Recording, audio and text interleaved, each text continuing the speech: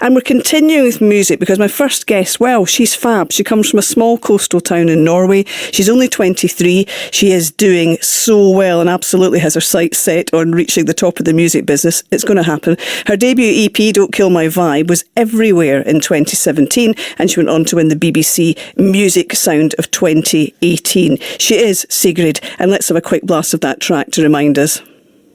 Sigrid, yeah, and after winning that BBC Music Award, the accolades kept coming with the release of her debut album Sucker Punch.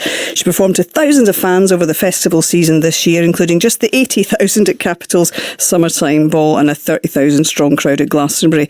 And then she's wowed audiences at the Royal Variety Performance, played a Nobel Peace Prize concert, and you'll have seen her on television, no doubt, on Later with Jules Holland and the Graham Norton Show. The great news for fans is she is on the road.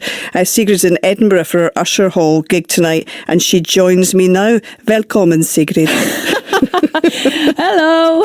Hello. Thank you very much for the introduction. Oh, you are so welcome. I don't really write a diary, but that was like a very good summary. Good, that's excellent. I've reminded you of what's been going on, because sometimes if you don't write a diary, actually, and I so wish I had done over the years and all the people I'd met, because I wrote one for a tiny little period which I discovered recently, which was just my first trip to New York, and I was like, I forgot all of that. If only I'd continued to keep one. Presumably you're just too blooming busy to do it. Yeah, to be honest, I don't really write it because I feel like it's enough just taking in all the impressions. Yeah. But after my day in Edinburgh today, I feel like I almost need to write something because it's so beautiful here. I'm so glad that you've had a bit of time, because this is the thing sometimes with touring, isn't it, that you don't have time to just go out and soak up the atmosphere. Is it a little bit, I'm in Glasgow where it's a bit damp and dreich, as we say. How is it in Edinburgh today? It's really nice. Well, in my mind, it's great because it's raining and it's a bit foggy. You can see the castle in the mist. Atmospheric. I love it. It's so cool. Oh, that's brilliant. So how has the tour been going so far? Because you started off with a couple of mainland Europe gigs, I think, and then you're off to, you're here in Blighty in the UK. Yes, we started off in Brussels and then Utrecht, and then we went over to Ireland and we did Dublin. Tonight's Edinburgh. It's been really amazing. All beautiful places. Yes. I was in Utrecht years ago and I just absolutely loved it. It's another very atmospheric place, actually, like Edinburgh. Yeah, my booking agent is doing a great job finding these cool places. Well done. Well done. No, we're having a great time. We love it. That's good. And it is this extraordinary thing now, isn't it? I mean, we're all used to this, as well as doing the actual physical tour and clapping eyes on your audience. You are one of those sort of streaming sensations with something like, I'm reading, I don't even know what it means. Global streams now up to 850 million. What? So what is that? Is that people streaming tracks or what? Because that sounds insane. Is it that much? I don't know. Somebody wrote it down. I have to ask my label about this. Well, you get a lot of people streaming. Yeah, well, that is like, I guess that number must be like collected from all the streaming services. Yeah. But yeah, it must be like the amount of times people play the songs. That's incredible. Yeah. Wow. Because I just wonder, with all of that, because is that part of the job now? You have to sort of keep on top of that and be in touch with people in that way and keep getting the music out, or actually interacting with folk online? Well, I guess the music industry has changed forever since streaming came onto the market, with the fact that we consume music so fast. And I'm one of those consumers. I listen to new songs every single day. And I usually listen to songs rather than albums. Yeah. And, you know, that changes things for the artists and the bands and the writers and producers that are going to make these records. And that, you know, there's a demand for music quicker than it used to be before I started doing this. But I don't know, there's great stuff to it and also frustrating things, but I've just figured out I can't really change anything about that, but I'm not going to let it change the way I create music, and I'm going to take my time with it no matter. Have you always been this mature and focused? When you were a tiny, tiny little Sigrid, were you kind of like, I'm really sensible and I've got everything sorted?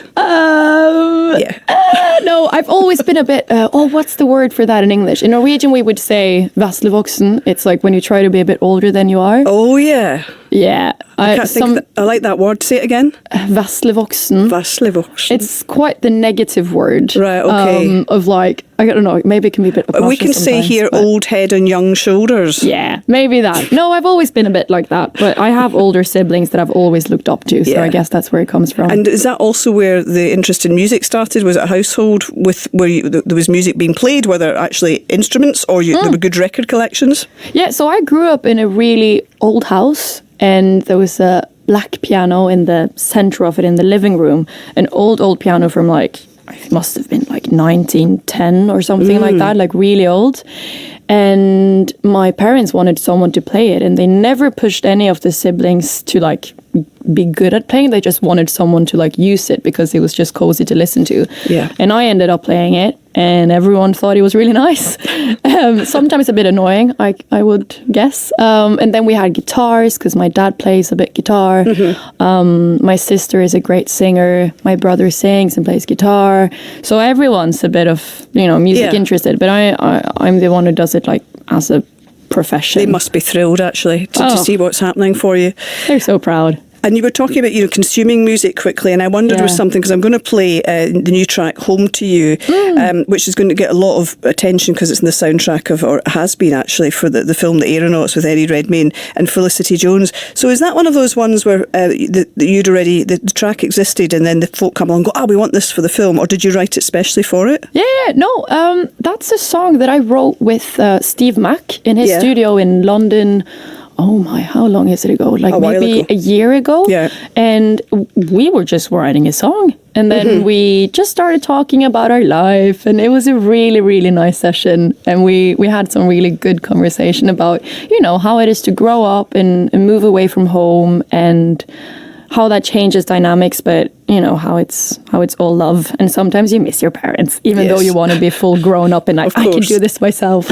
I'm independent, but I love them really. Yeah, exactly. So we wrote that song, and then it was just in the bank, in the folder for a while, and then suddenly the movie, the Aeronauts, approached us and asking if we had any music that would suit, and we were like, oh, actually, this song could be good. And I was lucky enough to see the film before it was completely finished, which was so exciting. And Felicity Jones and Eddie Redmayne, they're amazing. Delightful couple and great actors. Yeah, they're so good. And it's a great subject, a daredevil balloon pilot who teams up with a meteorologist, and it's all about advancing human knowledge and flying higher than anyone in history. Well, look, let's have a little play of Home to You from Sigrid. Dab my eyes with my hanky. Oh my goodness, that packs an old emotional punch. Wow. Sigrid there with Home to You. And I'm imagining people who have seen the film in cinemas, and they're sort of wicked back to that film and the extraordinary visuals. It's so interesting just thinking about hearing your voice, which seems so pure and so effortless. But do you, even at your young age, do you have to kind of like be sensible and look after the voice?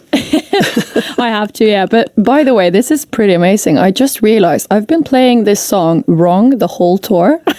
What do you mean? I forgot. So when I listened, I'm really glad you played it. And I was listening along, and then the first chorus, on the first night of the tour, I played the full chorus, and I was like, this sounds a bit wrong, doesn't it? And the night after, I played half the length of the first chorus, and I was like, oh yeah, this sounds more right. And now I realized it's actually wrong. Oh, so, I see. Here we go. I learn new stuff. So the Edinburgh audience are in for a treat. You're going to get it right for them tonight. But maybe I'll do the remix I've been doing the whole tour. I kind of like it. We'll see. Well, that's what's fun about playing this song myself on tour, that I can decide exactly what I want to do on the night, do it on the go. And in a way, that kind of echoes how you've sort of looked after your career since you were a teenager. Yeah. Do you enjoy that? Because there'd be other people who'd be like, do you know what? I want to hand over everything else other than the performing to other people. But I get the impression you like to have a focus over everything. Yeah, I like that. I'm a bit, I like having control. That's just the way I work. Good. But I have a great team, and I wouldn't do half of what I do without them. But back to your question regarding to like the voice and stuff, of course, I have to take care of it. But I try not to get too complicated about it, because I think that would, I don't know, that could be borderline unhealthy. Sure. Do you know what I mean? If you try to think too much about what's good for my voice, what's good for my body, blah, blah, blah. But you're not smoking a pipe, that's the main thing. No. There's a slight pause there, I was worried. Sigrid, we shall let you go off because you've got a busy day ahead of you. I'm glad you've had a chance to see around our capital city, and it's been lovely talking to you. Thank you for joining me. Likewise. So nice to talk to you too. Thank you, Sigrid there. Her gig tonight at Edinburgh's Usher Hall sold out, but we've got info and links to her music on our programme page. Our programme being the afternoon show with me,